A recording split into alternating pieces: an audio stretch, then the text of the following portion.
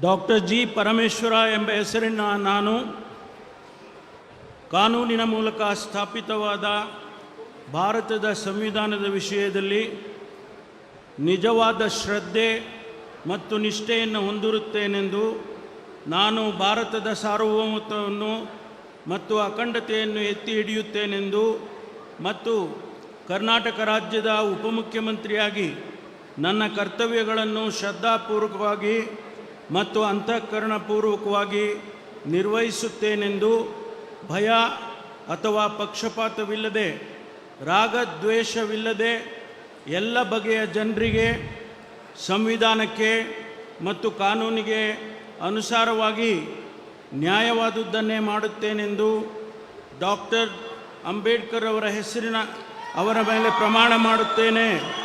ಶ್ರದ್ಧಾಪೂರ್ವಕವಾಗಿ ಪ್ರತಿಜ್ಞೆ ಮಾಡುತ್ತೇನೆ.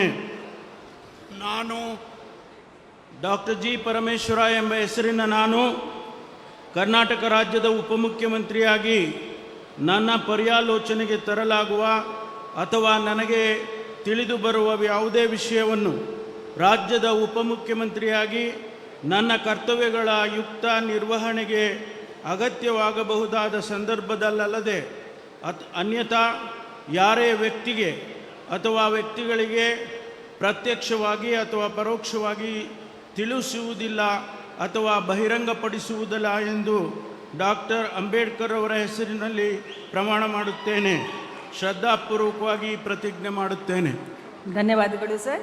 ಮಾನ್ಯ ಉಪಮುಖ್ಯಮಂತ್ರಿಗಳು ಈಗ ಪ್ರಮಾಣ ವಚನ ಸಹಿಯನ್ನು ಮಾಡಲಿದ್ದಾರೆ.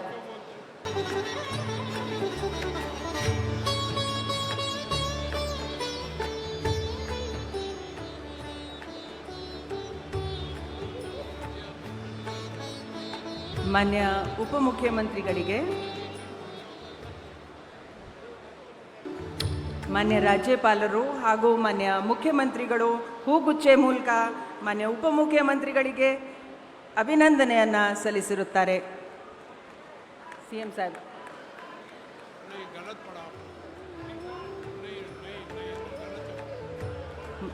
ಮಾನ್ಯ ಮುಖ್ಯಮಂತ್ರಿಗಳು ಕೂಡ ಹೂಗುಚ್ಚೆ ಮೂಲಕ